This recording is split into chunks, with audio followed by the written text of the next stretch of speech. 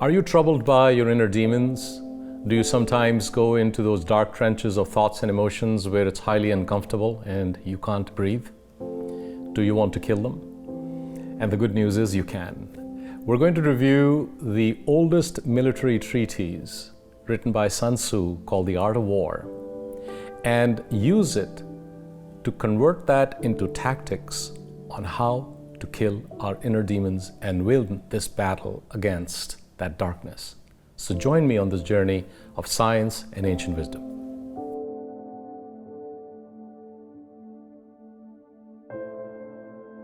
The soldiers who go to war come back with two potential psychological situations. One is PTSD, the post-traumatic stress disorder, and the other is post-traumatic growth. Some people are able to take adversity and challenges and use that as a catalyst to grow further. Others get stuck in the darkness of that stress and are affected by PTSD. So we're going to look at life, the way we fight the battle of life and the traumas that it causes during our entire stretch of whatever the number of years are we are here on earth. That stress sometimes can turn into something very similar like PTSD. And the beautiful part about it is that the art of war that Sun Tzu wrote had human behavior as its foundation. And human behavior is largely predictable. It's all based on psychology. So we're going to use this wisdom from 2,500 years ago when Sun Tzu created The Art of War and wrote the 13 chapters, and we'll convert that using science and ancient wisdom into 13 actionable steps divided in 3 parts. The first episode will be on principles of this war, of this battle.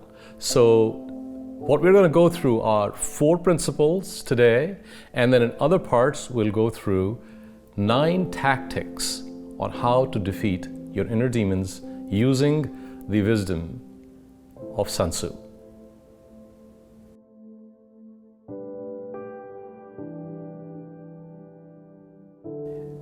In order to do justice to Sun Tzu's work, what we'll do is read a short paragraph for each of the 4 principles, and then I'll take you through the interpretation of how we can apply those principles to our daily life as we attempt to defeat our demons. The first principle is awareness. And let me read you from this book called The Art of War, how Sun Tzu would have thought about awareness. So, he will win who knows when to fight and when not to fight. He will win who knows how to handle both superior and inferior forces. He will win whose army is animated by the same spirit throughout all ranks. He will win who, prepared himself, waits to take the enemy unprepared. He will win who has military capacity and is not interfered with by the sovereign. Victory lies in the knowledge of those 5 points. Hence the saying, if you know the enemy and know yourself, you need not fear the result of 100 battles. If you know yourself, but not the enemy, for every victory gained, suffer a defeat. If you know neither the enemy nor yourself, you will succumb in every battle. For my benefit and for yours, I'm going to read that last paragraph again because that is the most important part of awareness. If you know the enemy and know yourself, you need not fear the result of 100 battles. If you know yourself, but not the enemy, for every victory gained, suffer a defeat. If you know neither the enemy nor yourself, you will succumb in every battle. The immense wisdom of Sun Tzu is apparent from how he describes what we normally do in life, how we proceed in life, sometimes knowing ourselves and sometimes knowing ourselves and the other. And in this case, this is knowledge and awareness of our demons. What are we dealing with? What have we suffered? Coming face to face with that reality, acknowledging what we have gone through, becoming aware of where this fear sits and how it processes itself inside us. My fear sat in my heart. I explained that during the episode on sexual abuse. I had a condition called supraventricular tachycardia. Not to go into the details of it, that's how my body processed fear and anxiety. When this time period of the summer comes along, I go through general weakness of the body, some anxiety, and lack of motivation. And now I know it's related to the passing of my father, who committed suicide in the month of May. So fear and anxiety process itself in our body, in our brain, and we need to become aware of what that's like. In order for us to become aware of what we are feeling, we must also know the conditions that create these situations. Just like in a battle, in a war, the general has to assess the conditions in a country. What is the current situation like? And what is the best route to take to defeat the enemy? That is precisely how I look at my seasonal affective disorder. That when it arrives in the month of April, May, I'm prepared for it. I know that it's going to come with fury, some years more than others, but I know what to do with it. I know how to deal with it, because the third part of awareness, first becoming aware of what's happening, second having this understanding of the conditions, and third is the support mechanisms that you put into place to deal with what's going to happen. So becoming aware of the fact that there are these demons inside and what they do to you, where they came from, what is their origin, how did they come to be, and understanding your current condition of how you are feeling, what's your state of health, what's your state of mind, what's the conditions all around you in terms of your family, your friends, the structure, your job, understanding all of that, and then deciding what support mechanisms do you need, what scaffolding do you need to be strong to fight your demons. That is all part of awareness, knowing yourself and knowing the enemy. And when you do that, like Sun Tzu says, you are going to be victorious every single time. But if you only know yourself and not the enemy, then you will win a few battles and lose some. It's like one step forward, two steps back. But if you don't know yourself or the enemy, your defeat is always guaranteed. So awareness is the first principle of fighting a victorious battle. The second principle is preparedness. And once again, let me read from the book on preparedness. Now, these chapters are not marked preparedness or awareness. This is my interpretation from the book. So forgive me if when you read the book, you come up with something different, and that's completely okay, because it's your interpretation that matters. Security against defeat implies defensive tactics. Ability to defeat the enemy means taking the offensive. Standing on the defensive indicates insufficient strength, attacking a superabundance of strength. The general who is skilled in defense, in effect, hides in the most secret recesses of the earth. He who is skilled in attack flashes forth from the topmost heights of heaven. Thus, on the one hand, we have ability to protect ourselves, on the other, a victory that is complete.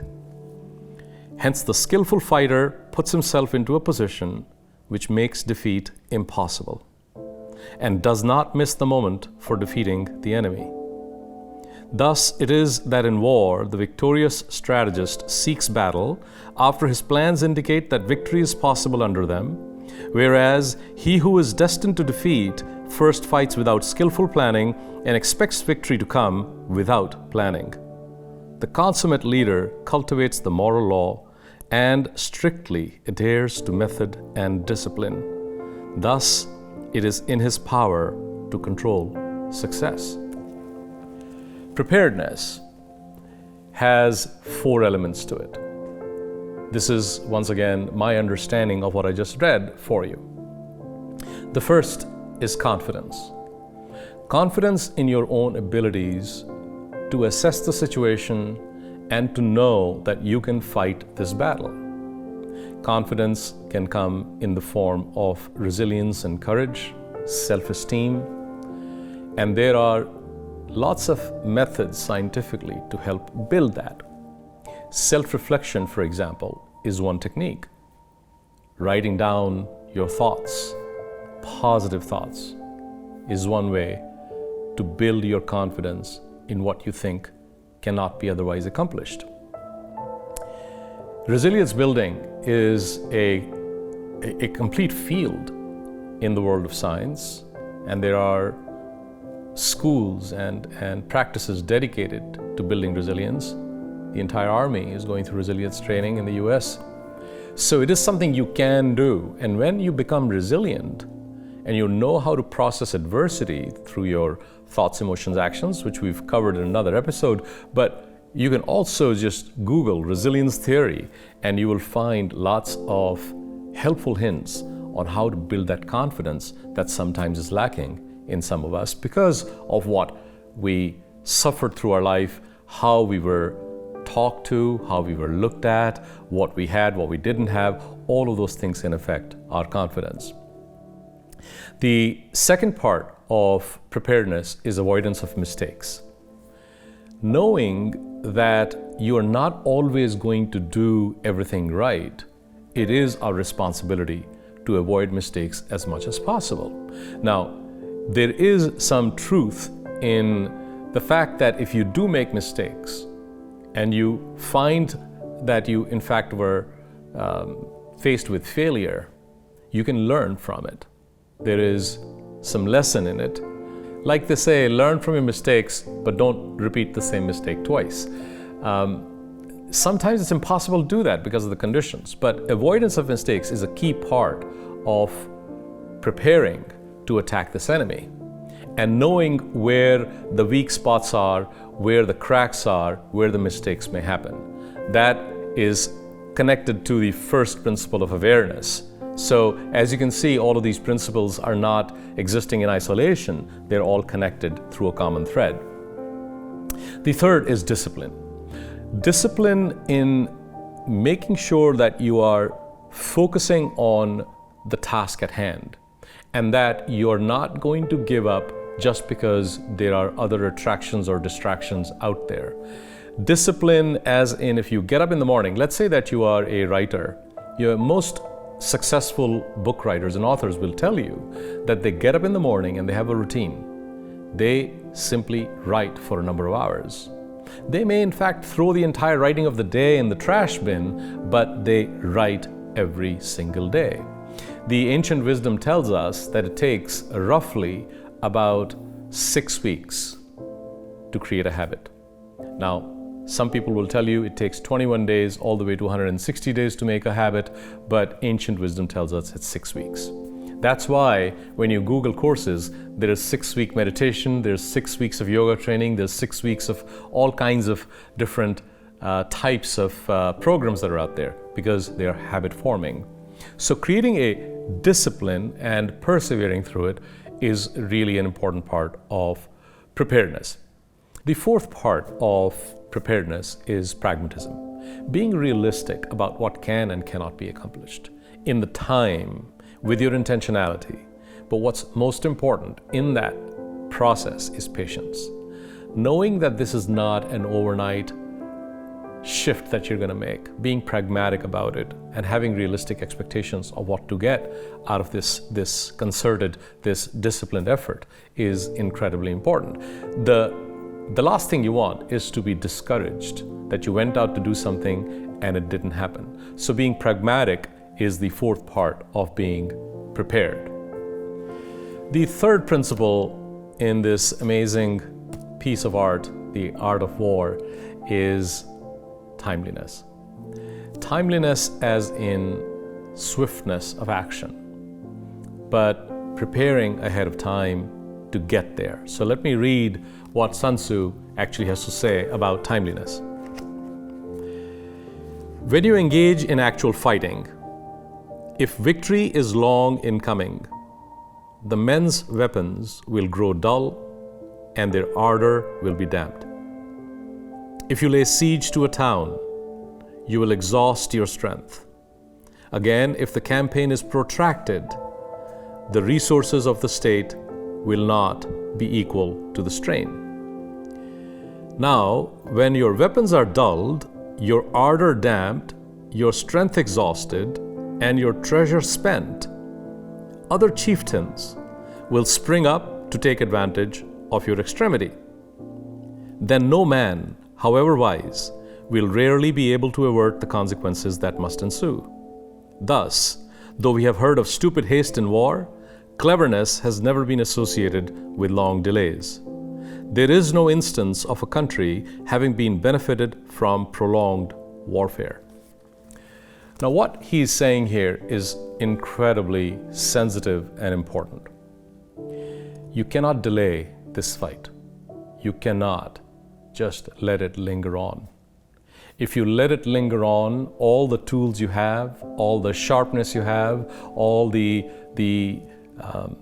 armaments you have to defeat this enemy, your inner demons, will get dulled, will not be as sharp, will not be ready, will get exhausted because you're fighting a slow losing battle. So when you become aware and when you start preparing and you get ready with discipline, then timeliness is incredibly important. And with that comes swiftness, that you must act in a disciplined manner, in a swift manner to kill this enemy, your inner demons. So Sun Tzu talks about something called supreme excellence. It's a very profound concept that you can actually win the battle without fighting the enemy. And what he means by that is that you don't need to go to war with yourself. That if you are clever and if you are swift, the long prolonged battle or the prolonged battle doesn't have to go on. You can actually get these demons out of your system in a very simple, methodical way, with patience, with diligence, with resilience, with discipline, with preparedness, with awareness, without having to fight them every single moment. The other part of not fighting your demons on a timely basis is a personal example sitting in front of you. It's been 32 years since my father passed away of suicide. I still fight that battle every single year because I didn't have the courage or the support system or the awareness that I needed to kill this demon. Continues to affect me every single year. Now it's getting better, but my weapons are dulled. I'm exhausted, and this demon continues to live on. So I have taken personal notice of what Sun Tzu talks about and used my own personal experiences to actually convert that knowledge into what I am talking to you about. I know you have faced the same thing. My story is no different than your narrative. A lot of us have continued to fight a prolonged battle, and we know that our weapons have dulled. But you can change that. You can become swift and you become timely with discipline, awareness, and preparedness. The fourth principle is a real simple one. We don't need to go to the book to understand that. And that's kindness. Kindness to your enemy and to yourself. This is in fact part of even the Japanese tradition.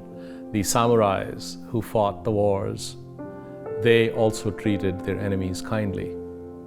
Sun Tzu talks about the same thing. Let me make this a little bit real for you.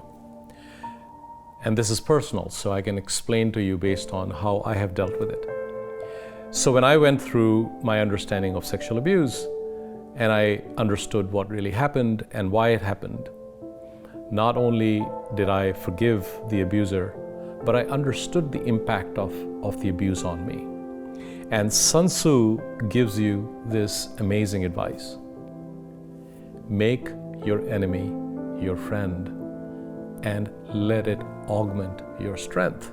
Now, what he's saying is not to compromise your ideals and let this enemy defeat you or befriend it, as in to say abuse is okay, but the learning that comes from it, make that your strength.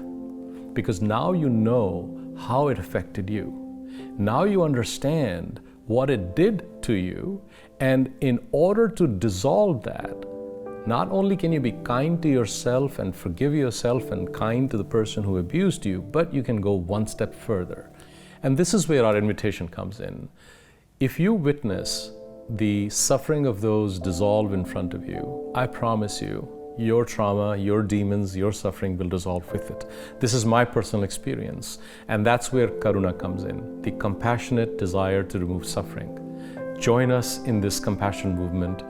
Visit us at accesskaruna.com, subscribe to the website, subscribe to this channel, and you can be part of this journey in one of 5 ways. You can be a volunteer, you can be a partner or a sponsor, you can be an ambassador of wellness and a contributor to this healing hub, the healing platform that we are creating. You can be an attendee, you can be part of the movement like it's yours. I invite you to give us a helping hand, and that alone would be a principle that you'd be proud of. And perhaps you'll have some advice to give to Sun Tzu, that helping hand for others is perhaps one of the best ways you can defeat your inner demons. Thank you.